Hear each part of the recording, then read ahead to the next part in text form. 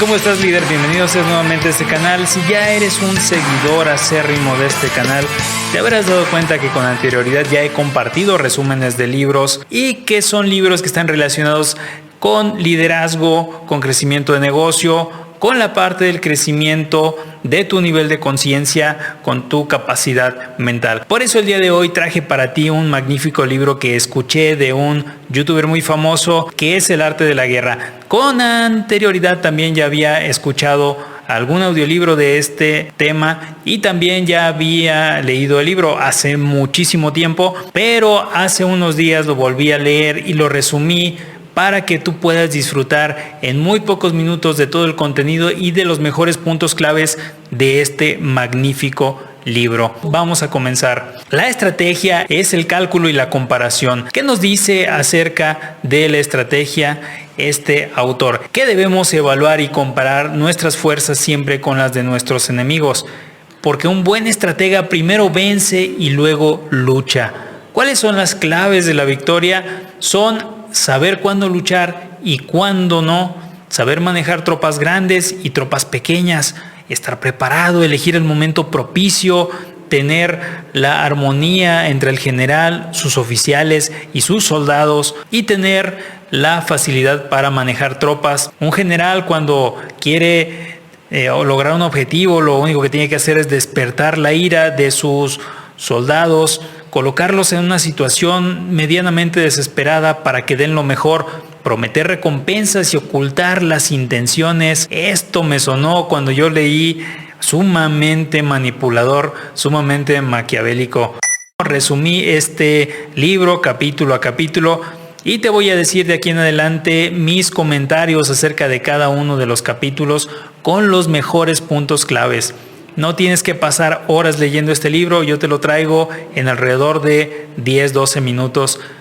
Acerca de los cálculos, nos dice Sun Tzu que la guerra es un engaño.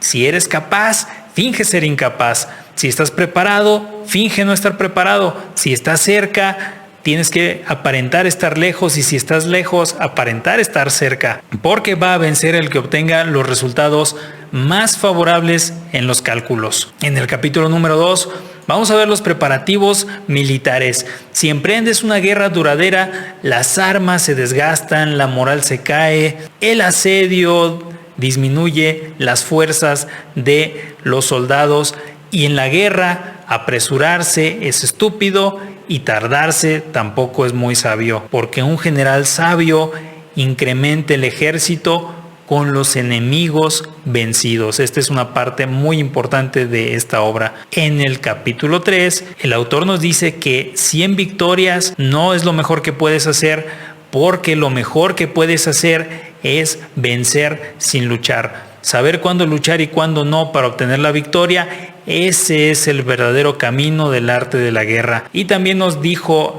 algo que a mí me parece muy sabio, que es: conoce al enemigo y conócete a ti mismo y no serás vencido en 100 batallas. Ya lo decía Sócrates, conócete a ti mismo primero. En el capítulo 4 vemos la situación estratégica. La derrota depende de nosotros, pero nuestra victoria depende del enemigo. Tenemos también los métodos militares. El número 1 es la medida, el 2 es la estimación, el 3 es el cálculo, el 4 es la comparación y el 5 es la victoria. Dime en los comentarios qué tal te está pareciendo el resumen de este libro con mis comentarios. En el número 5 tenemos el potencial estratégico. Este es el capítulo número 5, donde nos habla de algo muy importante. El autor nos dice acerca de dirigir a muchos, que dirigir a muchos debe ser como dirigir a pocos. Y vas a decir, esto no tiene sentido, pero tiene todo el sentido del mundo, porque puedes hacer una remembranza de cómo se comportaban, si lo has visto en películas, en documentales, en diversos medios, los soldados romanos. Pues hacían divisiones y subdivisiones de sus tropas y también los numeraban para poder establecer un control adecuado, porque es buena la confianza, pero el control es mejor. En el capítulo 6 podemos ver lo lleno y lo vacío. Quien llega primero espera al enemigo descansado. Quien llega al último llega exhausto, porque debemos aprovechar la forma del enemigo para alcanzar la victoria. La guerra debe evitarse cuando el enemigo es fuerte y debemos atacar cuando el enemigo es débil, porque debemos ser como el agua, la cual adopta la forma del recipiente que lo contiene y es maleable, es adaptable. En el capítulo número 7, el ejército en combate, nos dice el autor: si las palabras no se oyen, usa gongs y tambores. Si la vista no distingue, usa banderas y estandartes. Esto para una de las principales funciones que debe tener un general con sus soldados, con su equipo, y esa es la comunicación. Porque un buen estratega enfrenta el caos con disciplina, enfrenta el tumulto con calma, y esto, nos dice el autor, es el dominio de la inteligencia. Debemos también tener ciertas reglas del arte de la guerra, como no avanzar cuesta arriba, no enfrentar a un enemigo que tiene colinas detrás, pues va a dar todo lo posible para que no lo termines, porque no tiene forma de huir. No debes perseguir a un enemigo que finja huir y no debes de atacar tropas de élite, así como no presionar a enemigos desesperados. En el capítulo número 8, las 9 variaciones, nos dice Sun Tzu: 5 peligros para el general son: si es temerario, puede ser asesinado; si es cobarde, puede ser capturado; si es colérico, puede ser provocado; si es presuntuoso, puede ser humillado; y si se preocupa por el pueblo, puede ser atormentado. Y me viene a la mente una de las escenas de la película, de una de mis películas favoritas, El Padrino, donde al hermano de Michael Corleone, no recuerdo ahorita cómo se llamaba, me parece que se llamaba Sonny, era uno de los más brutales y de los que más debían de cuidarse los contrarios. Lo pudieron asesinar porque lo provocaron. Le hicieron creer que su cuñado había golpeado a su hermana. Tenía una hermana y estaba casada con una persona que no era de muy buen ver para Sonny, pero se supone que le llamaron a Sonny porque le hicieron creer que su cuñado había golpeado a la esposa, o sea, a la hermana de Sonny, y en ese momento él salió huyendo. Estaban en guerra, no pensó que era una trampa, y cuando lo interceptaron sus enemigos, ahí lo acabaron.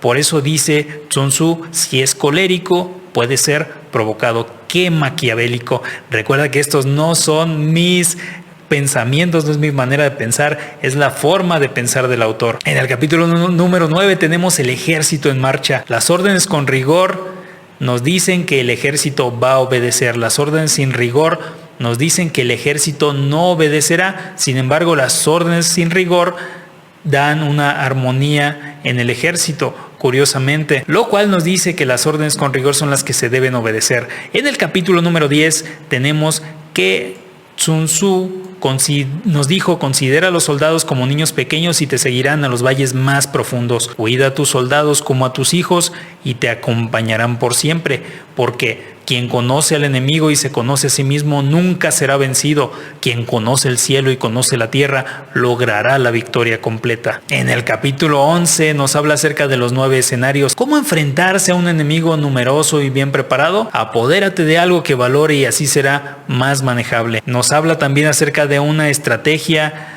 de un buen líder, de un buen estratega, y es la de la serpiente Shuairan, la cual, si tú la golpeas en su cabeza, te va a atacar con la cola; si la golpeas en la cola, te va a atacar con la cabeza; y si la golpeas en el cuerpo, en medio cuerpo, te va a atacar con la cola y la cabeza. Qué curioso. En el capítulo número 12 tenemos el ataque con fuego. Las formas de ataque con fuego que nos menciona el autor es quemar a los soldados, sumamente macabro; quemar los suministros; quemar los carromatos; quemar los arsenales y quemar las comunicaciones. Nos dice también que un gobernante iluminado reflexiona y que el general capaz actúa. Esa es la diferencia entre uno y otro. Y en el capítulo 13 nos habla acerca del uso de espías. Un buen general invierte monedas para ver la situación del enemigo, mientras que si no es un buen general, no va a invertir y va a tener que gastar tropas en lugar de unas cuantas monedas para saber la posición del enemigo, para conocer situaciones que de otro modo podría evitar la destrucción de algunas tropas. Así es, este resumen de este maravilloso libro. Me ha encantado volver a leerlo, me ha gustado leerlo para ti, espero que a ti te haya gustado. Y de lo más rescatable que yo te puedo decir, que me llamó más la atención, es lo de la parte de conócete a ti mismo. También es donde nos habla acerca de cómo manejar tropas grandes, porque a veces tenemos miedo y podemos no tener en nuestra noción cómo voy a manejar un grupo tan grande, pues de la manera que nos dice el autor, que es divide en grupos más pequeños. Hay ciertas cosas también muy profundas alrededor de este libro, algunas muy macabras, otras con demasiado contexto y muy interesantes que podrían ser analizadas paso a paso, pero eso ya te lo dejo a ti. ¿Qué te ha parecido este libro? Dime qué otros libros te gustaría que resumiera para ti, que te diera mis comentarios. Soy Rubén Razo y recuerda suscribirte a este canal.